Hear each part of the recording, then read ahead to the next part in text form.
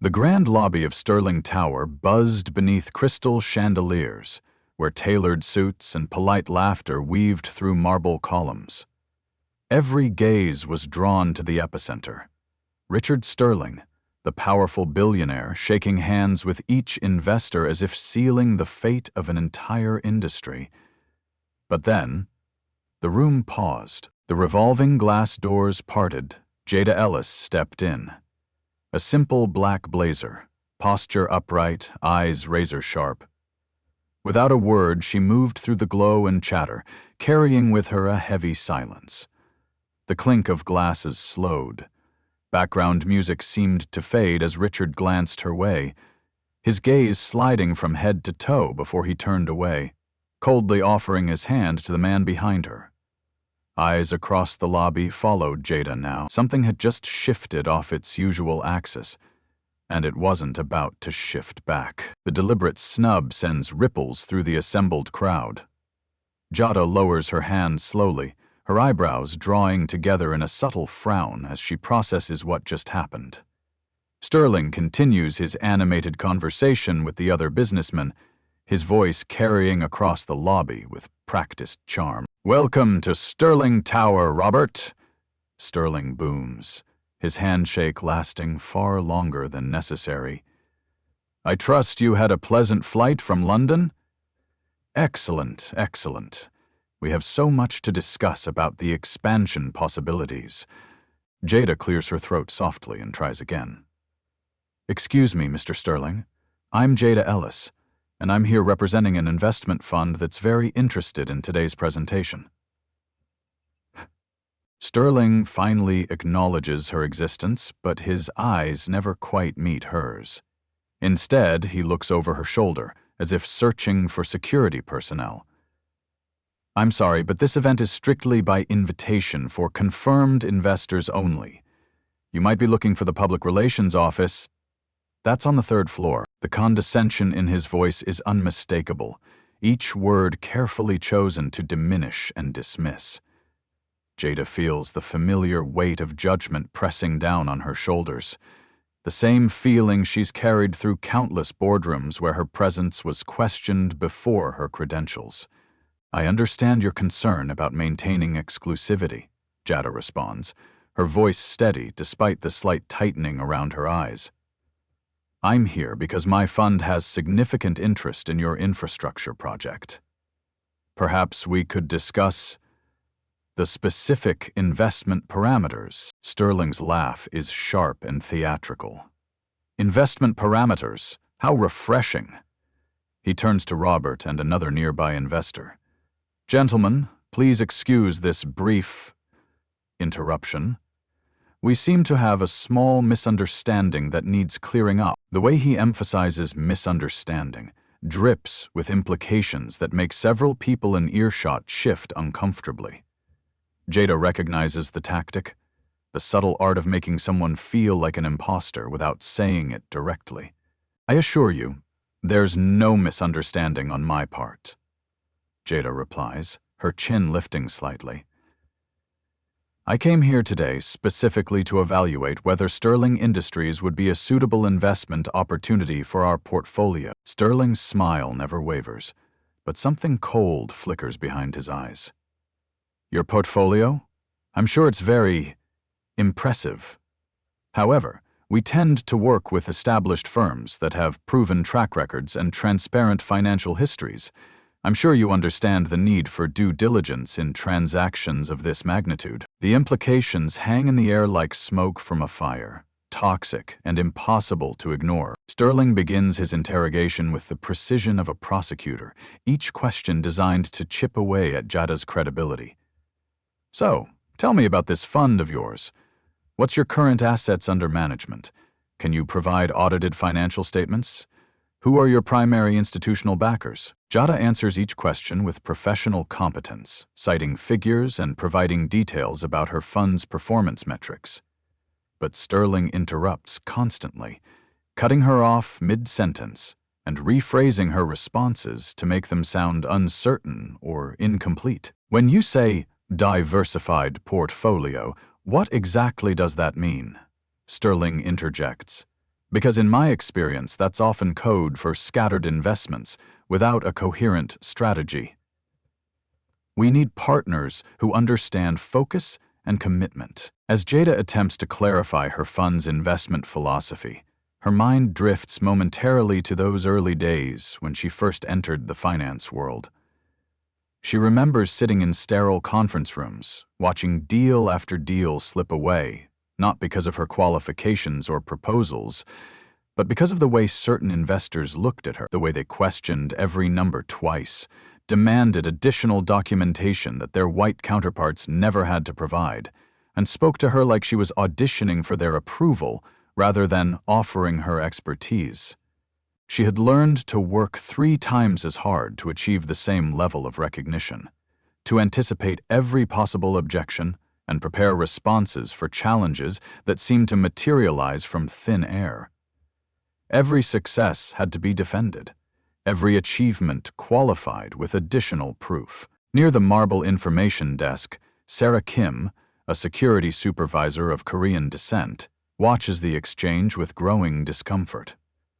Sarah recognizes the subtle signs of discrimination. She's witnessed them before and experienced them herself. The way Sterling's questions probe and prod, searching for weakness rather than understanding capability. She wants to intervene, but her position requires neutrality, and challenging the building's most important tenant could cost her the job she desperately needs. James Wilson, a distinguished lawyer representing several investment firms, stands within earshot of the conversation. His legal training has taught him to observe and evaluate, and what he's seeing makes him increasingly uncomfortable. Sterling's line of questioning crosses professional boundaries, veering into territory that feels more like harassment than due diligence. "You have to understand, Miss Ellis," Sterling continues, his voice taking on a patronizing tone. "Reputation is everything in this business. We can't simply take chances on unproven entities, no matter how enthusiastic they might be about our projects." The way he says unproven entities carries weight that has nothing to do with Jada's actual track record. Jada feels the familiar burn of injustice rising in her chest, but she maintains her composure, her training in corporate diplomacy keeping her voice level. "I appreciate your emphasis on reputation, Mr. Sterling. Perhaps we could review some case studies of successful investments that demonstrate both our fund's capabilities and our commitment to transformative infrastructure projects." Sterling waves his hand dismissively. "Case studies can be creative. What we need is substance, real proof of capability. Surely you understand that we can't base billion-dollar decisions on presentations and promises." James Wilson shifts uncomfortably, his lawyer's instincts recognizing the verbal trap being constructed around Jada. The questions have moved beyond legitimate business inquiry into something more sinister. A systematic attempt to undermine credibility based on assumptions rather than evidence. The atmosphere in the lobby shifts dramatically when Sterling's assistant approaches, with obvious distress written across her face. She whispers urgently in Sterling's ear, her eyes darting nervously around the assembled group. Sterling's expression darkens as he listens, his jaw tightening with each word. "Ladies and gentlemen," Sterling announces, his voice cutting through the conversations like a blade, "we have a concerning situation. My wife's diamond ring, a family heirloom worth over $50,000, has gone missing from the security desk where she left it during registration." The lobby falls silent except for the soft jazz playing from hidden speakers. Every eye turns toward Sterling as he surveys the crowd with calculated deliberation. His gaze sweeps across the familiar faces of long-term business partners and institutional investors before landing squarely on Jada. "It's quite remarkable," Sterling continues, his voice carrying across the marble floors, "that such a theft would occur during an event with such distinguished company. Though I suppose we shouldn't be entirely surprised when we have unexpected guests in our midst." The implication lands like a physical blow. Jada feels the blood drain from her face as she realizes what Sterling is suggesting. A Around the lobby, people begin to whisper among themselves, their eyes shifting between Sterling and Jada with growing awareness of the accusation being made without words. "Mr. Sterling," Jada says, her voice carefully controlled despite the rage building inside her, "are you suggesting that I had something to do with your wife's missing jewelry?" Sterling raises his hands in a gesture of false reasonableness. "I'm not suggesting anything specific, Miss Ellis.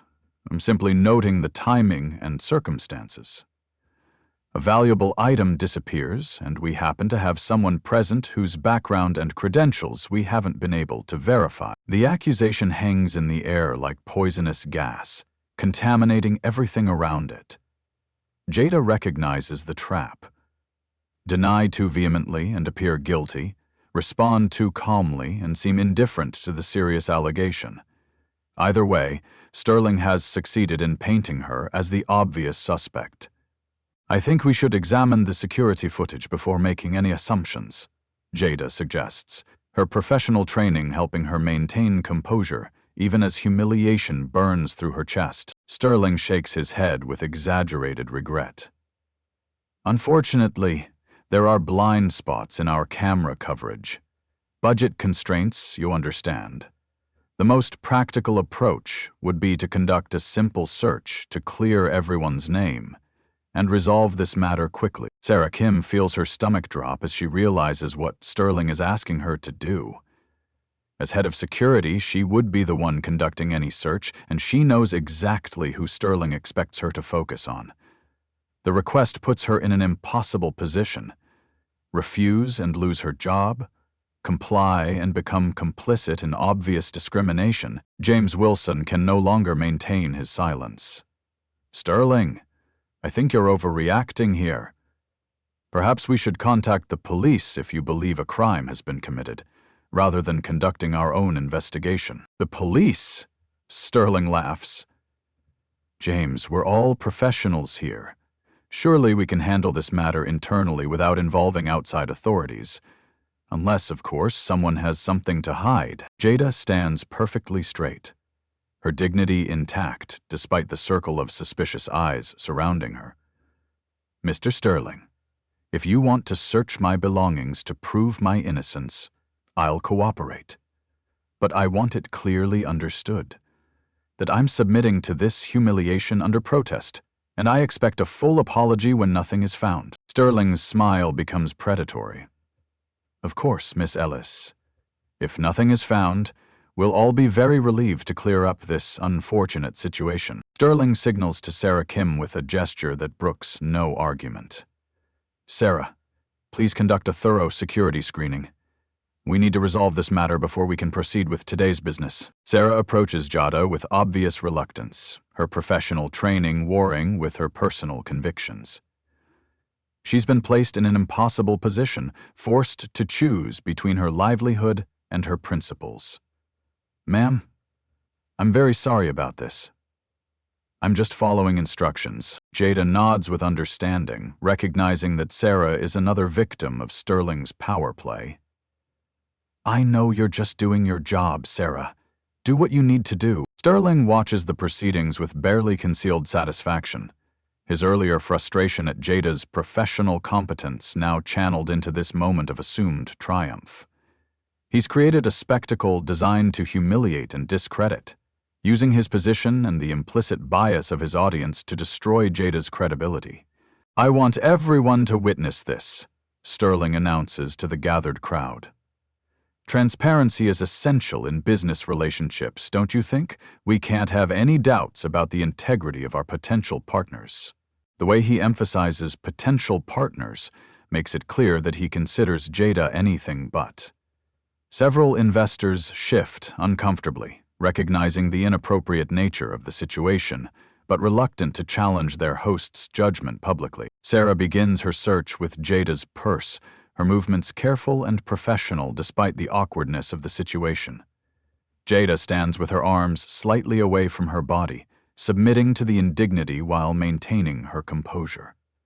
The silence in the lobby is deafening, broken only by the sound of zippers and the rustle of searched items. "What's this?" Sarah asks, pulling out an elegant metal pen with Jada's name engraved on it. Sterling's eyes light up with interest. A rather expensive writing instrument. Interesting choice for someone representing a small investment fund. It was a gift from my business school graduation. Jada explains evenly. The inscription has my name on it, as you can see. Sterling examines the pen with exaggerated interest. Indeed it does. Though I suppose that doesn't necessarily prove ownership, does it? People can have anything engraved these days. James Wilson has heard enough. Sterling, this has gone too far. You're conducting a public humiliation based on nothing more than suspicion and timing. This isn't how professional disputes are resolved. James, I appreciate your concern for due process, Sterling replies, his tone suggesting anything but appreciation. But I have a responsibility to protect the interests of everyone present here today. Would you prefer that we simply ignore a potential theft? As Sarah continues her search, finding nothing more incriminating than business cards and breath mints, Sterling's frustration becomes increasingly apparent. He had clearly expected this moment to validate his suspicions and remove Jada from the equation permanently. The ring could be hidden anywhere, Sterling suggests desperately. Perhaps we should expand our search parameters. After all, professional thieves are quite clever about concealment. Jada has reached her breaking point. The systematic humiliation, the barely veiled accusations, and the obvious prejudice have pushed her beyond the limits of professional tolerance. Mr. Sterling, I notice you're wearing a ring on your right hand. Is that perhaps the missing jewelry you're so concerned about? Sterling glances down at his hand, where a diamond ring gleams on his pinky finger. His face flushes red. This is my personal wedding band, not my wife's ring. They're completely different pieces, but his explanation sounds forced and unconvincing. Several people in the crowd notice his discomfort and begin whispering among themselves. The story isn't adding up, and Sterling's credibility is beginning to crack under scrutiny. I find it interesting, Jada continues, her voice gaining strength, that you're so quick to accuse others of theft while being unable to keep track of your own family's jewelry.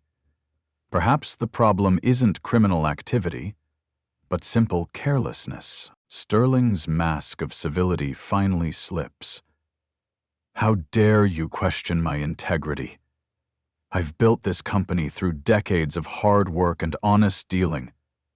I won't stand here and be lectured by someone whose background can't even be verified. The outburst reveals the true nature of Sterling's character. The entitlement, the prejudice, and the inability to accept that his assumptions might be wrong.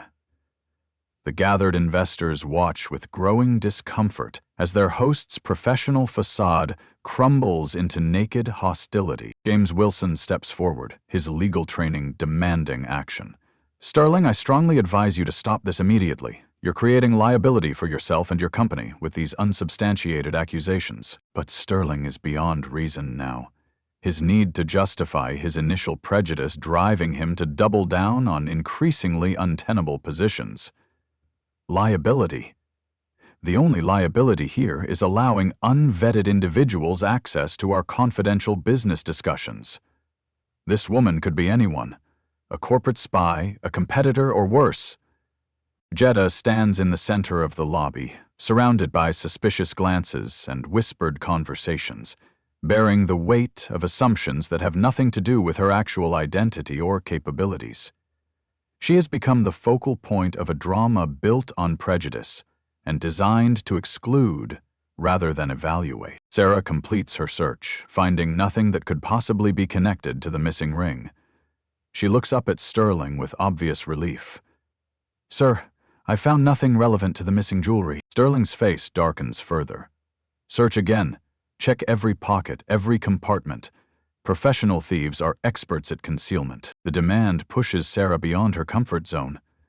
Sir, I've conducted a thorough search according to our protocols. I can't justify additional invasive measures without proper cause. Sterling's authority is being challenged by his own employee, and his response reveals the depths of his character. Sarah, I think you need to remember who signs your paychecks. When I give an instruction, I expect it to be followed without question. The threat is clear and unambiguous. Comply with discriminatory demands or lose her job. Sarah looks between Sterling and Jada, recognizing that she's witnessing something that transcends normal business disputes and enters the realm of civil rights violation. Jada watches this exchange with growing understanding of the systematic nature of the problem she's facing. This isn't just personal prejudice. It's institutional power being used to enforce discriminatory treatment and silence opposition. The tension in Sterling Tower's lobby reaches a breaking point when James Wilson's phone rings with an urgent tone that cuts through the heated atmosphere. He glances at the caller ID and his expression shifts from concern to confusion. "Excuse me," James says, stepping slightly away from the group. "This is Ellis Ventures Fund's legal department. They're calling about the $2 billion investment decision." Sterling pauses mid-sentence, his attention immediately captured by the mention of such a substantial sum. "Ellis Ventures? I'm not familiar with that fund. Must be some smaller operation trying to get in on our project." James answers the call with professional courtesy. "This is James Wilson." "Yes. I understand the urgency. You need to speak with whom? About what?" "I'm sorry, could you repeat that?" "You're saying the CEO is here at Sterling Tower right now?" The color drains from James's face as he listens to the voice on the other end. Sterling watches with growing impatience, clearly annoyed by the interruption to his carefully orchestrated confrontation. "That's impossible," James continues into the phone. "I'm looking at the guest list and there's no CEO from Ellis Ventures on the—" "What? Could you spell that name for me?" Sterling taps his foot impatiently. "James, can we please resolve this personal call and get back to our security matter? We have important business to conduct here." James holds up a finger, his expression becoming increasingly bewildered. MAYATHOMPS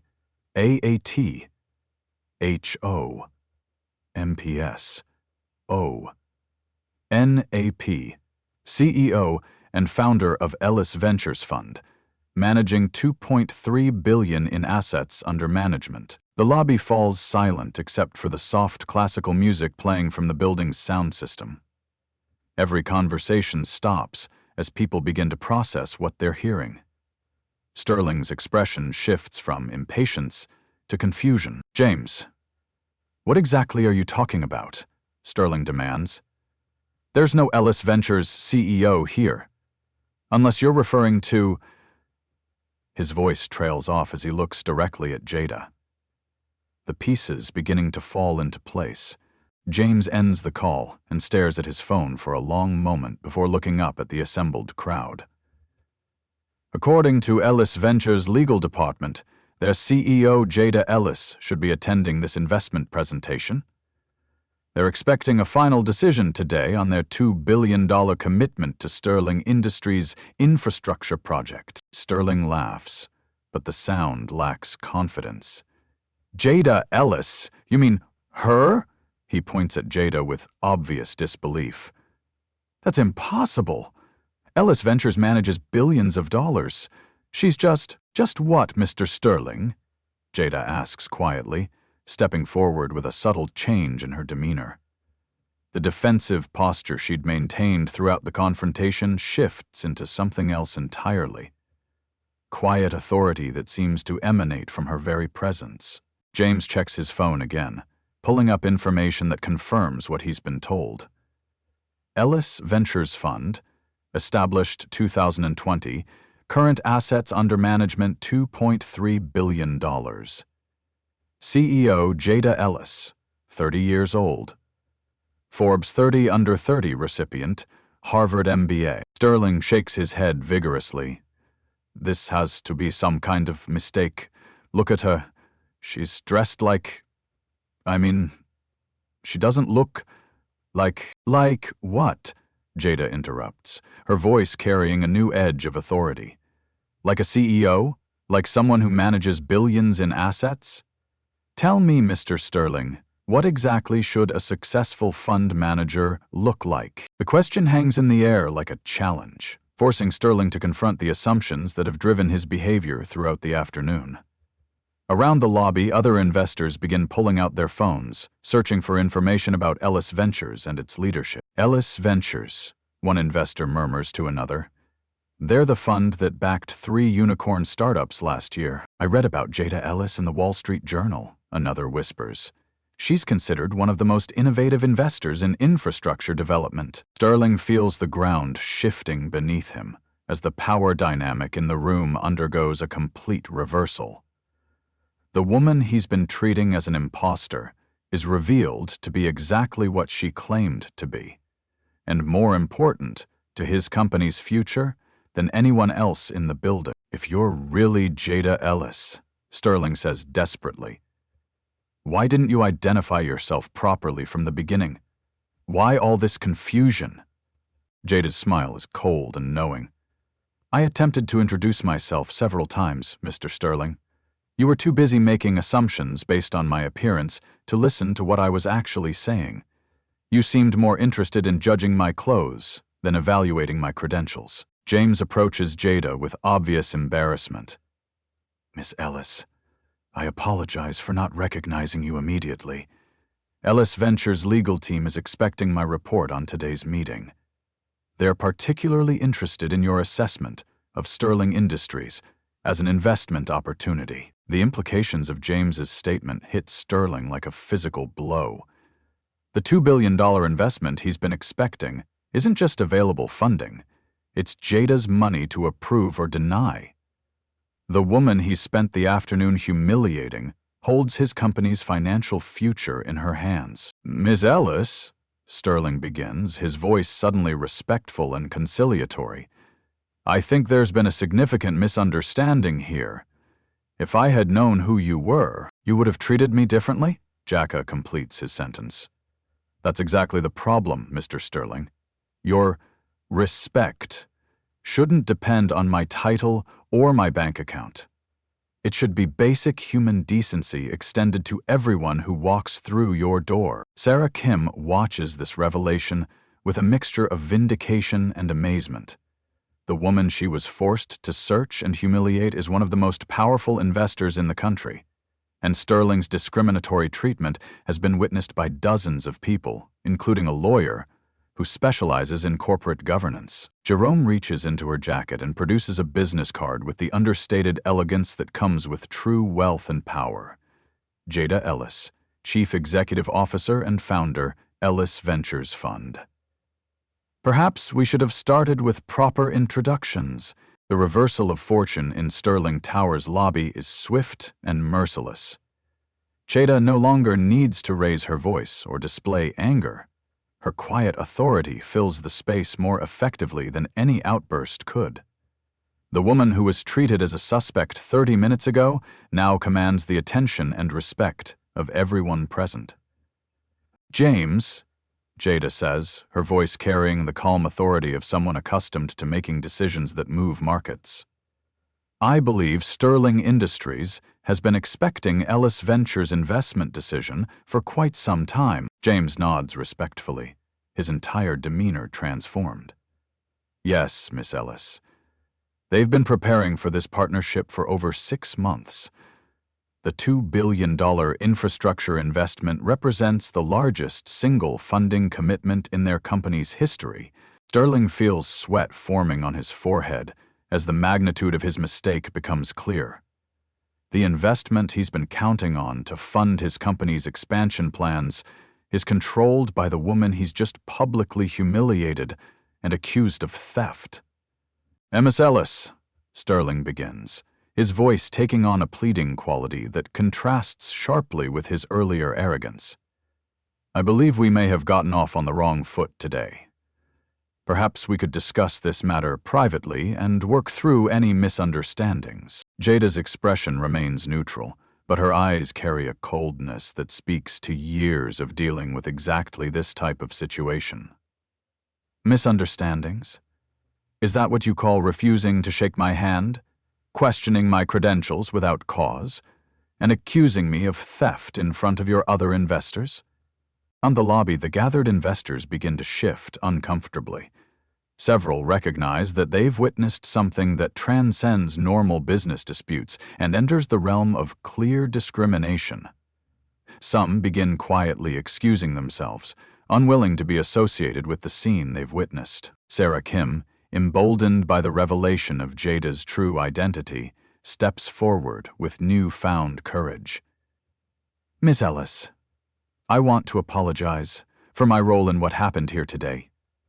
I was instructed to conduct that search against my better judgment, and I should have refused." Jada turns to Sarah with genuine warmth. "Sarah, you were placed in an impossible position. You're not responsible for your employer's decisions. However, if you're interested in working for an organization that values integrity over prejudice, Ellis Ventures is always looking for security professionals with strong ethical standards." Sterling watches in horror as Jada offers his employee a job, realizing that his discriminatory behavior is now costing him staff as well as investment opportunities. "Sarah, let's not be hasty here. I'm sure we can work through any concerns you might have about today's events." "Mr. Sterling," Sarah replies with quiet dignity, "I've seen enough to know what kind of organization this really is. Ms. Ellis, I would be honored to discuss opportunities with Ellis Ventures." James Wilson has been taking mental notes throughout the entire confrontation, his legal training recognizing the multiple liability issues Sterling has created for his company. "Mrs. Ellis, I feel obligated to inform you that I witnessed the entire sequence of events today, including the discriminatory treatment and false accusations. This information will need to be included in my report." Sterling's face goes pale as he realizes the legal implications of James's statement. The lawyer represents several major investment firms and regulatory agencies, and his testimony could expose Sterling Industries to lawsuits, regulatory scrutiny, and reputational damage that extends far beyond the lost investment. "Now wait just a minute," Sterling protests desperately. "This is being blown completely out of proportion. We had a simple security concern, and we followed standard protocols to address it." Jada's laugh is soft but cutting. "Standard protocols? Mr. Sterling, you accused me of theft based solely on the color of my skin and your assumptions about my background. You refused to shake my hand, questioned my credentials without justification, and subjected me to a public search designed to humiliate rather than investigate." The truth of Jada's words resonates through the lobby. Several remaining investors exchange uncomfortable glances, recognizing that they've witnessed textbook discrimination from a CEO who represents their industry publicly. "I'll mean it, Ellis." Sterling makes one final desperate attempt to salvage the situation. "Surely we can put this unfortunate incident behind us and focus on the mutual benefits of our partnership. Ellis Ventures and Sterling Industries could accomplish great things together." Jada's response is delivered with the finality of a judge pronouncing sentence. "Mr. Sterling, you've shown me exactly what kind of partner Sterling Industries would be. Companies that practice institutional discrimination don't suddenly develop integrity when money is involved. They simply become more careful about hiding their true nature." She turned to James with business-like efficiency. "James, please inform Ellis Ventures' legal department that we're withdrawing from consideration of Sterling Industries as an investment opportunity. Our fund doesn't partner with organizations whose values contradict our commitment to equality and respect." Sterling's face crumbles as he watches $2 billion walk away as a direct result of his own prejudice and poor judgment. "You can't do this. Your fund has a fiduciary responsibility to your investors. You can't make investment decisions based on personal grievances." Jada's smile is sharp and knowing. "Mr. Sterling, my fiduciary responsibility includes evaluating the character and integrity of potential partners. Today's demonstration of Sterling Industries' corporate culture represents exactly the kind of risk factor that responsible investors avoid." Jada doesn't linger to watch Sterling's complete collapse.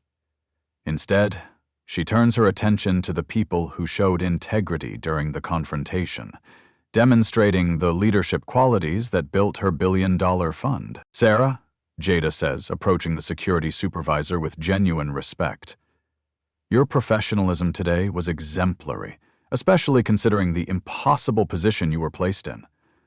Ellis Ventures values employees who maintain their ethical standards under pressure. Sarah's eyes brighten with hope and relief. Ms. Ellis, I can't tell you how much this opportunity means to me. Today showed me that I need to work for an organization that aligns with my values. Jada nods approvingly. Integrity isn't negotiable, Sarah. It's the foundation everything else is built on. I'll have my human resources director contact you directly about opportunities in our security division. James Wilson approaches with obvious regret written across his face. Ms. Ellis, I owe you an apology. I should have intervened much earlier when I recognized what was happening. My silence made me complicit in your mistreatment. Donna's expression softens with understanding rather than judgment. James, standing up to discrimination requires courage, especially when challenging powerful people who can affect your business relationships.